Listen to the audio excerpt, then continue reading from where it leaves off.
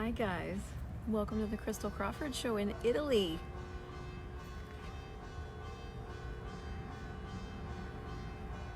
It's actually over there. The bells are over there.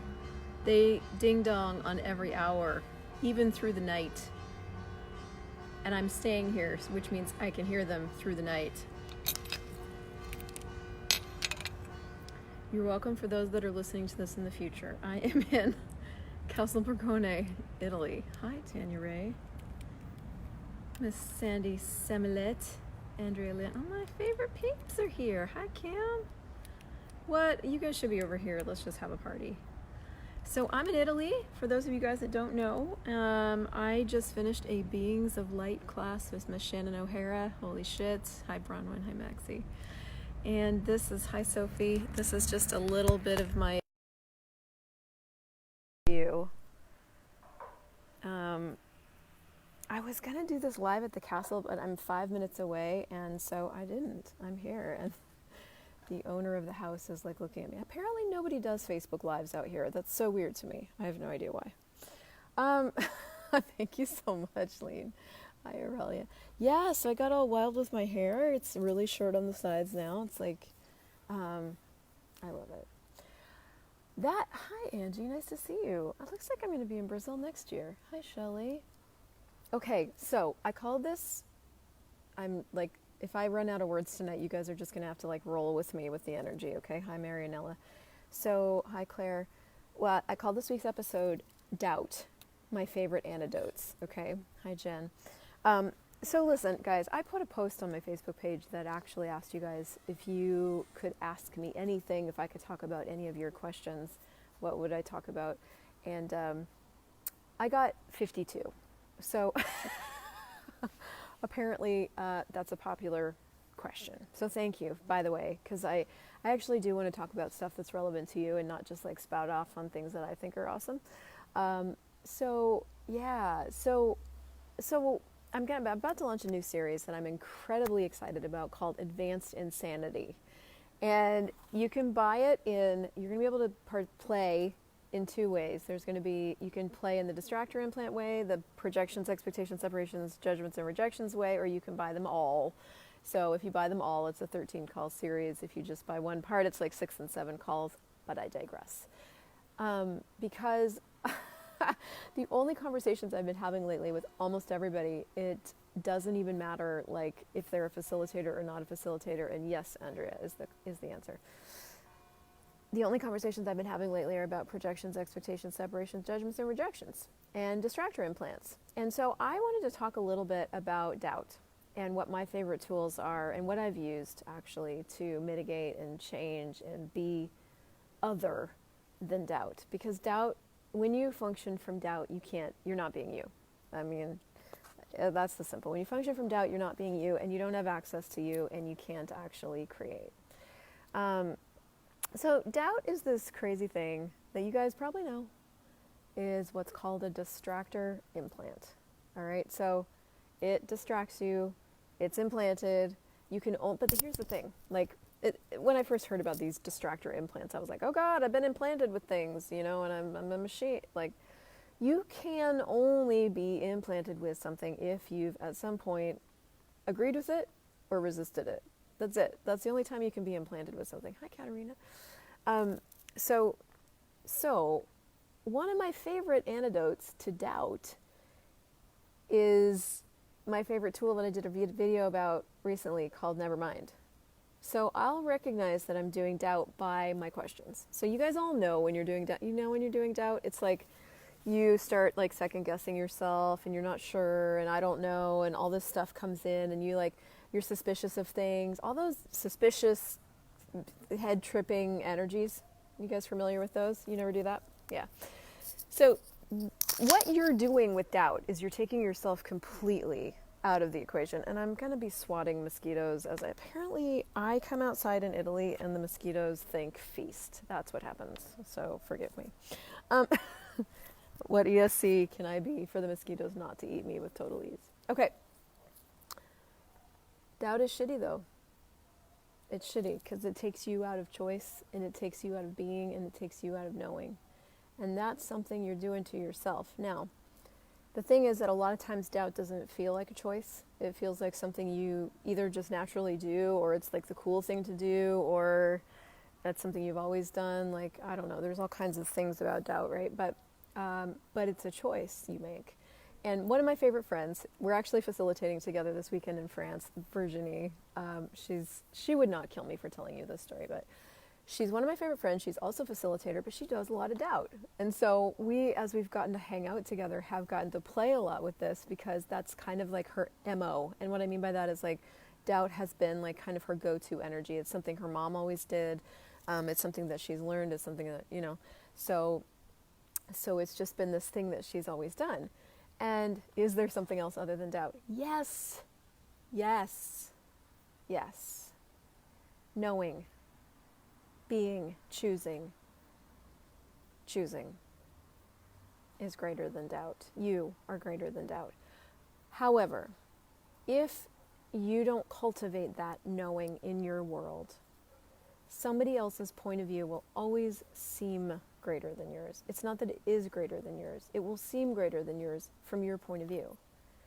And so I was going to talk about my antidotes to doubt, my favorite tools. One of my favorite tools when I start to notice that I'm doing doubt, because it's something you have to do.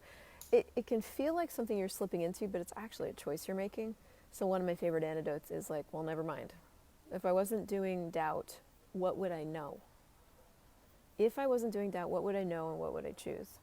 Okay, that's huge, because if it's something you're doing, it's something you cannot do. It's something you can do something else. Like if it's something you are, if you just are fucked up, if you just are wrong, if you just are all these things, then you're fucked forever. But if it's something you're doing, if it's something you're choosing, then you can change it.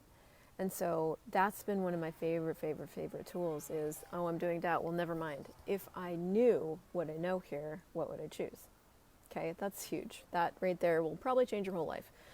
One of the other antidotes to doing doubt is like actually pock and potting the distractor implant underneath it, and then asking, and now what can I choose? Because listen, guys, gosh, there's, anytime you're doing something, like I mean, I could probably tell you 18,000 stories where I've done doubt. For me, this isn't one of those energies anymore that I really do. For me, like, I'm more likely to like go into, I don't even know, like into just doing shit, or, into like crazy amounts of push, and, like I'm more likely to do this other thing. But we all kind of have our thing. Like for some of you, doubt is like a thing. It's like a thing that, it's an energy that you're so familiar with, you don't even know what's beyond it. You know what I mean? And so some of this is going to be the exploration of, well, what's even beyond doubting myself? And that's another epic antidote to doubt, is what's beyond this way of functioning. Because doubt's it's kind of PC, right? Like it's kind of politically correct to doubt yourself. Here's some of the ways we do that.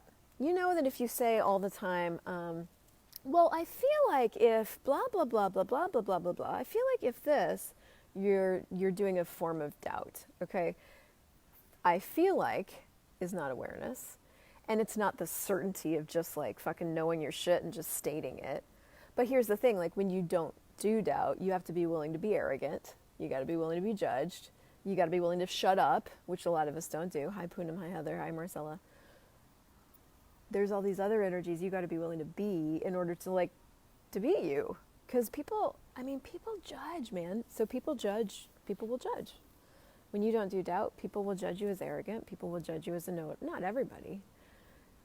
Because the other thing that will happen is that the people that are looking for the, hi Nurgan, Island, nice to see you.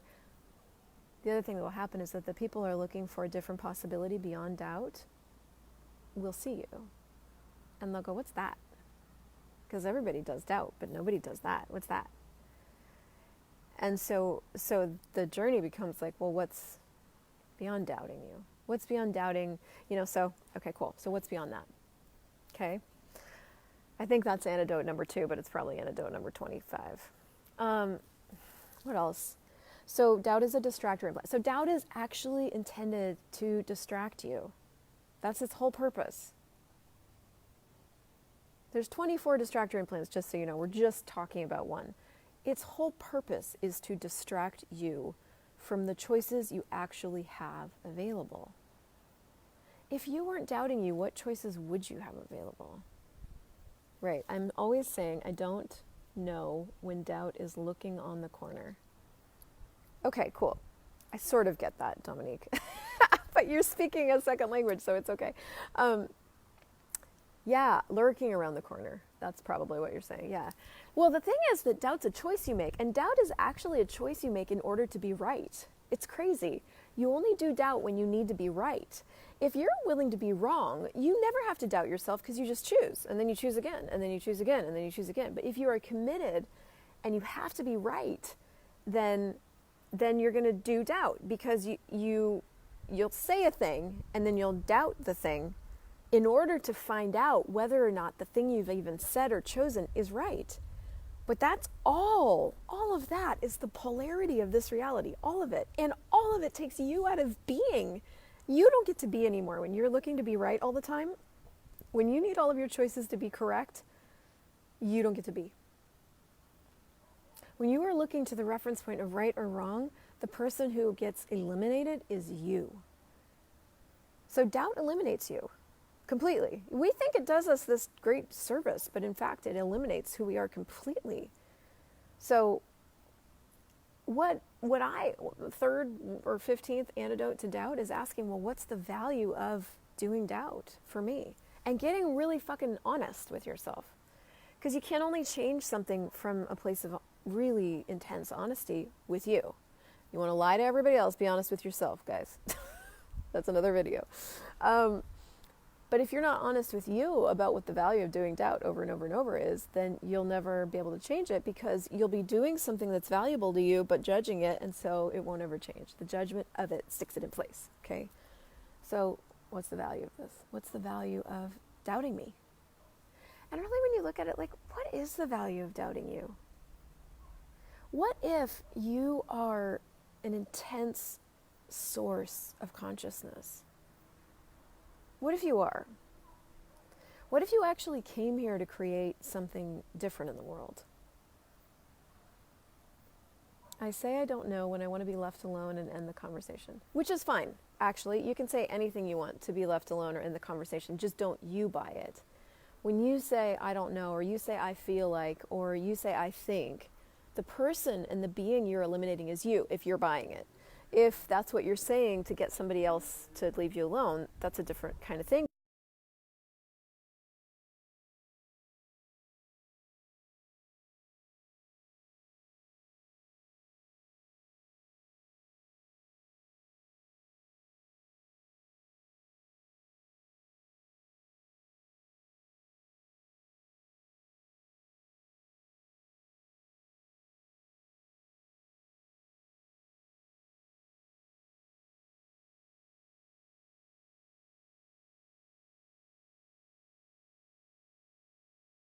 What the choice is, I always know. I just always know. That's the thing about you, is that you always know. And sorry, you guys, for the interruption and the bad signal. It's Italy.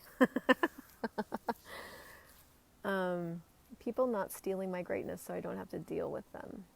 I don't really understand that. I mean, I hear the words, but can you say more, Billy Joe, or maybe ask a question? That would actually be really helpful.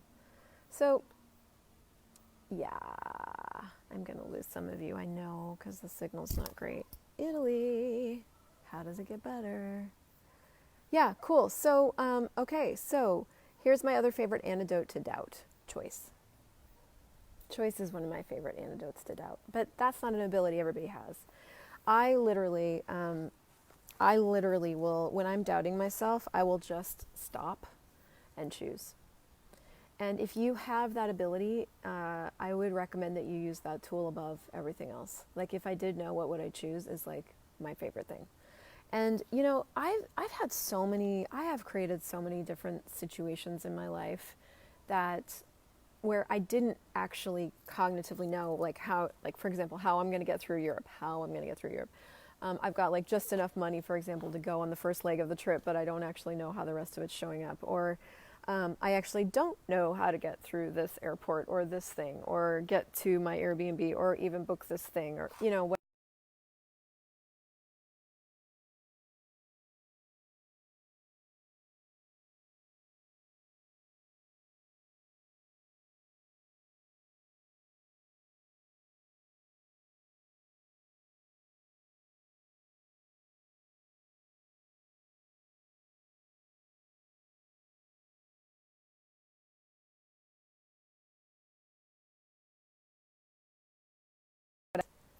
And so here's a clearing that I would use personally, and that's what engagement with choice am I refusing with the doubt that I keep choosing.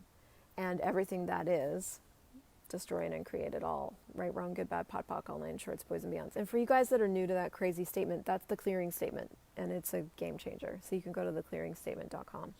But what engagement with choice am I refusing with the doubt I keep choosing? And everything that is times a godzillion, right, wrong, good, bad, pot, pock, all nine shorts, boys and beyonds. Because you can't do it wrong, and you can't do it right. And you can't do it wrong, and you can't do it right. And you can't do it wrong, and you can't do it right. And you definitely can't create a flow of money from doubt. So what can you create a flow of money from? So something else. So what is that something else? Maybe it's knowing. Maybe it's being you. Maybe it's perceiving everything. Maybe it's receiving everything. From there, you can create anything. When you do doubt, you can't create anything. So then what's the value of not being able to create anything? Right? What engagement with choice am I refusing with the doubt I keep choosing? And everything that is times a godzillion, right, wrong, good, bad, pot, pock, all nine shorts, boys and beyonds. What unwillingness to be wrong am I using? What unwillingness to be wrong am I creating with the doubt I've made more valuable than choice? Oh, God, and everything that is times a godzillion, we destroy and uncreate all that. Right, wrong, good, bad, pot, pock, all nine shorts, boys and beyonds. So this unwillingness to be wrong thing is like kind of a, I've got mosquitoes, they're just like loving me right now. Oh, it's like a whole herd of them. How does it get better than this? Okay. Hi, Prina. Nice to see you. Yeah, so this unwillingness thing, this could be like a whole show on its own, this unwillingness to be wrong. And the only antidote to the unwillingness to be wrong is being willing to be wrong. And I want to say, but it's not that you are wrong, but you have to still be willing to be wrong. One of the things Gary Douglas said once that just struck me so hard was, he said something like, oh God, I'm really going to butcher this, I know it, but basically like, I'm never wrong and I'm never right. And it's something like I only ever choose. I mean, it was way more elegant than that, but it was basically like, I'm never wrong and I'm never right. And none of that is actually relevant because you always and only always have another choice available. So when you're always looking to be right, are you actually looking for the choices you have available? Or are you needing to prove something about you? Like the proving actually kills your ability to create.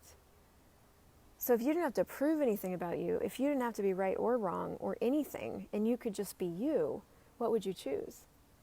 And are you willing to be that audacious? Are you willing to be that bold? Are you willing to be that brave and that courageous to begin to choose in ways that actually work for you, that you're not actually sure how they're going to turn out? You're not actually sure how other people are going to react or, what's going to actually be the outcome of them, but you're willing to just engage in the play of choice and see what shows up.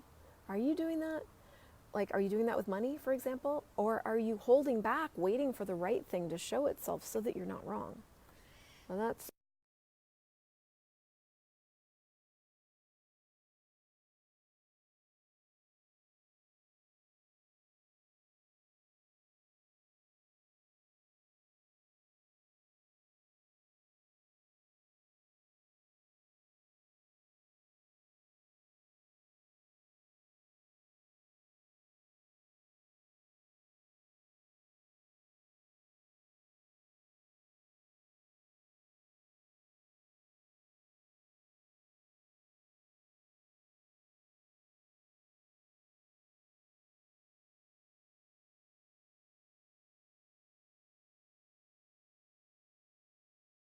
willing to be the gift and actually start creating yourself as that.